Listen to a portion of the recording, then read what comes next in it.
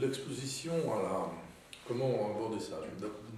D'abord, il y a une première chose, c'est que nous sommes extrêmement chanceux. Nous sommes dans un bâtiment qui a été expressément conçu par un immense architecte qui s'appelle José Luis Sert, qui est un des élèves de Le Corbusier, qui a fait la fondation MECT à Aix-en-Provence, qui a fait toutes les grandes universités américaines de la côte Est et de la côte Ouest, enfin en tout cas la plupart de très grands bâtiments, qui était le patron de l'architecture et de l'enseignement de l'architecture aux États-Unis, enfin une pointure historique, hein, José Luis Sert. Et il a, je sais bien qu'il n'a pas signé pour les histoires de béton, de qualité de béton, et de droit, machin, enfin, il faut regarder l'école, c'est du certain, ça y est pas. Si vous connaissez la fondation MECT, vous trompez pas. Hein, les plans coupés, voilà, on s'y retrouve, les patios, etc. Alors pourquoi je vous parle d'architecture? Parce que je pourrais répondre en matière de boutade. Si je fais des expositions, c'est parce que le bâtiment m'y oblige. Alors, c'est pas une question de genius loci, hein, de génie divin, quoique j'y crois un peu quand même. Je suis un vieil helléniste et latiniste, donc il ne faut pas m'en vouloir. Mais on fait des expositions parce qu'on a des lieux. On a des lieux magnifiques conçus pour ça. On a probablement une des plus belles salles de toute la région en matière d'art contemporain. La hauteur sous plafond, la qualité des éclairages, enfin, vous la connaissez, vous avez vu. C'est maintenant on a même deux salles, on a une salle aussi en laboratoire, un espace 24, qui est aussi tout à fait intéressante. Donc, si vous voulez, comme ça, de façon un peu amusante, je vous dire, je fais des expositions parce que j'ai de quoi les faire. J'ai des places que je peux décemment pas laisser vite. Alors évidemment, c'est une raison qui est un peu faible, et il y en a d'autres plus fondamentales. La première, c'est que dans les trois axes de développement de l'école, qui sont l'international, la recherche, le troisième, c'est ce que j'appelle la fabrique. C'était terriblement immodeste, mais on n'est pas très modeste ici, puis on s'en félicite. C'est vraiment inspiré du rêve du Bauhaus. Et qu'est-ce que c'est que le Bauhaus en matière de pédagogie? C'est de mettre tout de suite les élèves en qualité de produire et de montrer. Ça veut dire que dès la première année, on ne se pose pas la question de savoir est-ce que c'est digne d'être montré, pas digne d'être montré, achevé, pas achevé, d'où l'importance des portes ouvertes sur des portes grandes ouvertes. C'est l'idée qu'on devient artiste en l'étant. C'est comment vous venez forgeron, vous connaissez l'histoire. Ben là, c'est pareil. Très vite, il faut responsabiliser le geste et la création. Il faut faire comprendre aux élèves très vite ce que c'est que de montrer, que d'accrocher, que de disposer, que voilà. Très vite, il faut se rendre compte de ce que c'est qu'une exposition, de cette énorme responsabilité qu'il y a à donner à voir, réfléchir sur l'espace, réfléchir sur la place que les pièces vont prendre les unes avec les autres, utiliser la contrainte de l'espace et du volume. Vous voyez que de ce point de vue-là, on retrouve la question architecturale. Et pour ça, il n'y a pas d'autre solution que de faire. Et je pense que pour nos élèves, il est absolument indispensable de se retrouver très vite dans une situation d'assistanat. Quand un grand artiste vient, je pensais à Jean Dupuis, à Thomas Hirschhorn, on a eu comme ça quelques grandes stars de l'art contemporain qui nous ont fait l'honneur de venir. On attend Kendall Gears bientôt pour un dispositif qui sera plus proche de la vidéo et de la performance. Bah, des élèves en tout cas se retrouvent, pas moins, entre 6 et 10 comme ça, tout à fait impliqués dans le montage de l'exposition. Et ça fait partie intégrante de la pédagogie. C'est pas une action culturelle. C'est pas l'exposition, c'est pas une espèce de protubérance ou, comme je le disais tout à l'heure, un Barzeuil. Vous voyez, oh, regardez ma belle exposition, c'est une école chic, elle fait des expositions. Non, ça c'est une vision un petit peu stupide. Enfin, c'est pas de ça dont il s'agit, c'est que c'est à l'intérieur de la pédagogie. Il est essentiel que le plus tôt possible, des élèves qui se destinent à être plasticiens ou graphistes, je veux dire, en chargé de communication institutionnelle, soient au cœur de cette aventure qui est une exposition, depuis l'arrivée des caisses, le déballage, les constats d'assurance, l'accrochage, vraiment, j'allais dire, de clou à clou, quoi. Faut qu'ils comprennent un peu de tout ce que ça implique. La médiation, le vernissage. Moi, j'adore que mes élèves tartinent. C'est absolument essentiel. Le vernissage est un moment clé, c'est un moment extrêmement important. Le vernissage est un moment social pour un artiste. Et j'espère qu'il y voit les deux choses, c'est-à-dire qu'il est capable de mener une analyse à la Bourdieu, de voir à quel point, là aussi, on parlait de consanguinité, dans un vernissage, on peut parfois nommer individuellement et par le prénom tous les gens qui s'y trouvent. C'est quand même un problème politique et social, ça. Hein, et donc il faut que les élèves l'interprète, l'intègre, et puis eh ben, j'espère déploie des stratégies pour qu'on échappe à ça, hein, et faire en sorte que ce soit plus ouvert, plus festif, moins intimidant. Thomas Hirschhorn, comme ça, dit souvent que l'art contemporain souffre d'être intimidant. Je trouve que c'est très très juste, cette idée-là, et qu'il faut en finir avec le White Cube, avec ces temples arrogants où les gens n'osent pas pousser la porte en disant c'est pas pour moi. Donc tout ça, ça se vit en tartinant. Voilà. Parce qu'évidemment, c'est pas la même chose de prévoir 50 cubes rouge et blanc, d'ouvrir grandes les portes, de refuser les cartons, mais de faire des grands mailings. Vous n'aurez pas le même public, vous n'aurez pas la même chose. C'est une question de démocratie culturelle. C'est pas, vous voyez bien comment c'est cohérent par rapport à mon parcours personnel, si je peux me permettre. C'est que je suis sensible à ces questions de démocratie culturelle. Donc les élèves sont vraiment impliqués depuis l'accrochage jusqu'à ce qui en fait un événement, à savoir vernissage, communication, etc.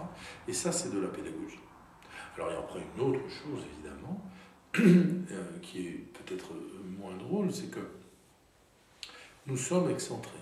On peut dire ce qu'on veut, mais nous sommes excentrés par rapport à un pays qui, vous savez, culturellement a du mal à se décentraliser, même si il y a eu des progrès considérables en matière de culture.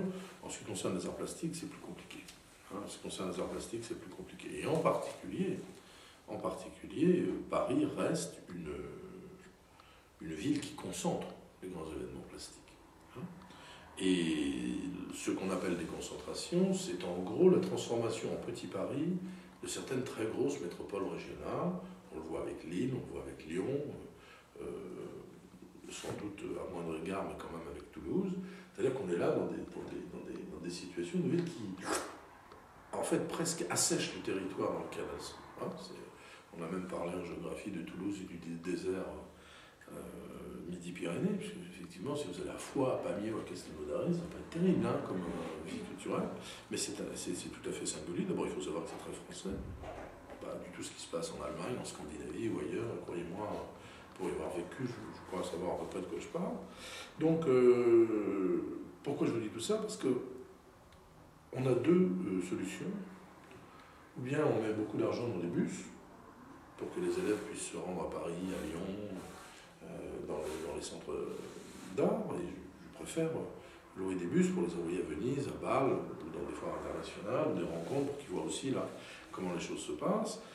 Et par contre, l'argent que je ne mets pas dans les bus, si j'ose dire, et l'hôtel, ou les remboursements de frais de TGV, puisque le prix du train est tellement cher aujourd'hui pour un étudiant que on ne peut pas dire aux gens simplement allez donc à Paris voir une exposition. Enfin, il faut être complètement sérieux pour pas savoir ce que ça représente dans un budget étudiant que les 120 € d'aller-retour.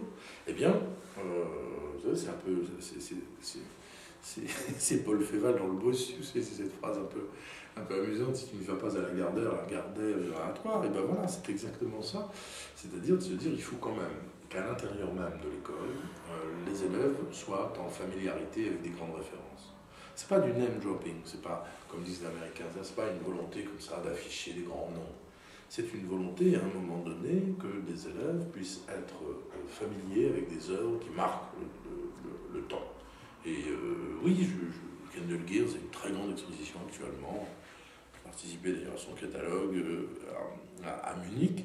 Je n'ai pas les moyens, j'adorerais, mais je ne peux pas envoyer mes élèves à Munich voir l'exposition Kendall Gears. Bon. Et ils n'ont pas tous vu il y a 5 ans, il y a 4 ans, ou quelques années en tout cas, l'exposition telle qu'elle a été présentée au musée d'art contemporain de Lyon, de Kendall. Donc qu'est-ce que je fais? Je l'invite. Voilà. Et donc comme ça, ils le verront, il sera sur place. Alors avec des formats différents, avec des interventions différentes, mais je trouve que c'est aussi une autre raison de faire des expositions, c'est de donner à voir des choses qui, aujourd'hui en France, ne se diffusent encore pas sur un territoire au sens le plus large du terme, mais sont encore extrêmement concentrées. Je trouve que la déconcentration en théâtre est bien plus en avance que dans les arts visuels, même s'il y a eu des efforts, il y a eu des FRAC, etc. Et comme vous le savez, ici, il n'y avait pas de FRAC opérationnel, puisqu'il n'y avait pas de locaux, de lieux. Alors, on attend avec impatience l'ouverture de la Cité des Arts et sa programmation qui va, j'en suis sûr, m'aider cultiver les élèves au sens large, mais je ne crois pas qu'on puisse se passer de l'exposition. Donc pour les deux raisons que je vous dis, d'abord parce qu'exposer est un acte grave, un acte important, qu'il faut en comprendre les tenants, les aboutissants, depuis la technique jusqu'à l'inscription sociale, et puis parce qu'il faut bien que je donne des références à des jeunes artistes et graphistes, puisqu'on a aussi des expositions d'art graphique, on fait 4 expos par an, 2 expos d'art, soit monographiques, soit collectives, c'est le cas d'Heureux, dont on va parler bientôt, je crois, sur le dessin contemporain. Ensuite, une exposition d'un ancien élève, parce que c'est important aussi d'avoir cet effet retour. Je trouve que c'est absolument essentiel, dans un climat aussi un peu délétère, de faire comprendre aux élèves qu'on s'en sort de Beaux-Arts, et plutôt bien. C'est un diplôme qui aujourd'hui vaut quelque chose, et qu'il y a quand même pas mal de gens qui ne sont pas forcément tous des stars absolues de l'art contemporain, mais arrivent à créer, à vivre de leur création, soit en enseignant, soit en répondant à des commandes publiques, enfin voilà, ils reviennent. Et c'est le sens des expositions qu'on a faites avec Jérôme Conscience, Thomas Henriot. Voilà, je trouve que c'est important que les élèves se disent « Ah ouais, lui il était là où je suis, là maintenant, là dans mon atelier. Il était il y a 6 ans, il y a 10 ans, il y a 15 ans, il y a 8 ans, et puis voilà, il est maintenant exposé dans la grande salle. » Je trouve que c'est aussi quelque chose qui n'est pas complètement indifférent pédagogiquement, d'envoyer ce message un peu fort aux élèves. Et puis troisièmement, il y a une exposition d'art graphique, parce qu'on ne peut pas faire autrement non plus, c'est une des spécialités de l'école, on a 2 spécialités, art et art graphique, c'est une section d'art graphique qui fait mon honneur. Je ne veux surtout pas qu'ils aient le sentiment d'être le parent pauvre ou d'être quelque chose qui serait comme, vous savez, quand on dit art appliqué, les gens ont tendance à trouver que plus on met dans un autre contexte, plus on met de mots, moins la chose est dite. C'est un peu ça, quoi. Là, non, ça a exactement la même importance. Le devenir auteur, le devenir artiste, selon les cas, c'est une chose absolument capitale. Donc, il est important qu'on ait des moments comme ça d'exposition, pour ces raisons.